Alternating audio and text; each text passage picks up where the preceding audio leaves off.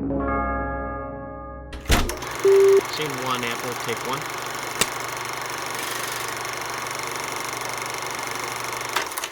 Here we are on the shores of Lake Cristobal, situated in the mountains of the South Island, New Zealand. And we're here because the Alpine Fault is located 7 kilometres to the west and dips away beneath us. Now this fault produces great earthquakes, that is earthquakes with a magnitude greater than 8.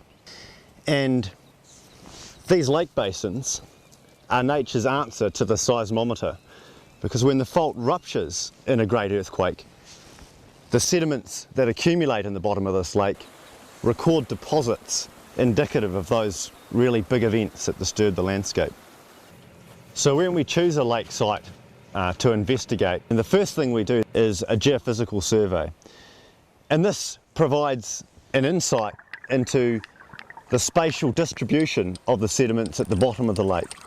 So we can identify the best sites to sample the lake sediment by coring it. And then we deploy a Macarith coring system.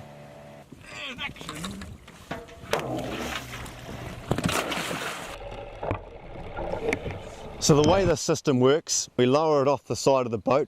It travels down through the water column to rest upright on the bottom of the lake. The coring works by pushing compressed air, which depresses the 6 metre length of core tube into the sediment. To get our corer back, we have to use a salvage bag.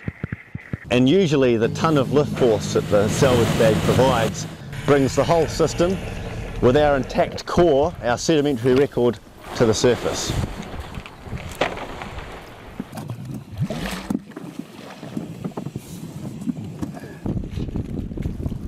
Typically we take between 3 and 6 sediment cores from a lake. We ship them out of the lake and transport them to the lab where we analyse the sediments.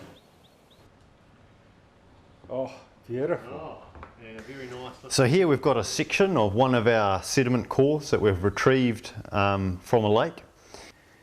So before an earthquake we have normal conditions and we just have material raining out of the water column, forming the layering that you can see.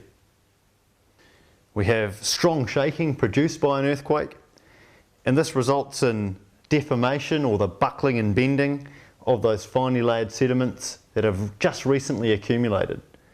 The shaking also destabilizes material on the margins of the lake, producing underwater landslides that form this thick deposit that you can see here. Coarse and dark at the base and becoming finer as we go through the unit. And that represents the occurrence of an earthquake. The shaking not only disturbs the lake, it also disturbs the wider landscape, causing landslides on hill slopes and the production of lots of sediment. Now the rivers work to move that sediment from the catchment into the lake basin, and we can see that process depositing these lighter coloured sediments through here. Over decades, all that sediment is washed by the rivers into the lake and we have a return to normal conditions.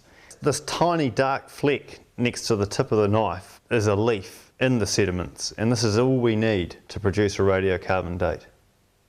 And radiocarbon dating allows us to determine the age or when these earthquakes occurred in a precise fashion. And the precise dating allows us to correlate events between sites spaced along 300 plus kilometres of the Alpine Fault, determining how much of the fault broke in individual earthquakes.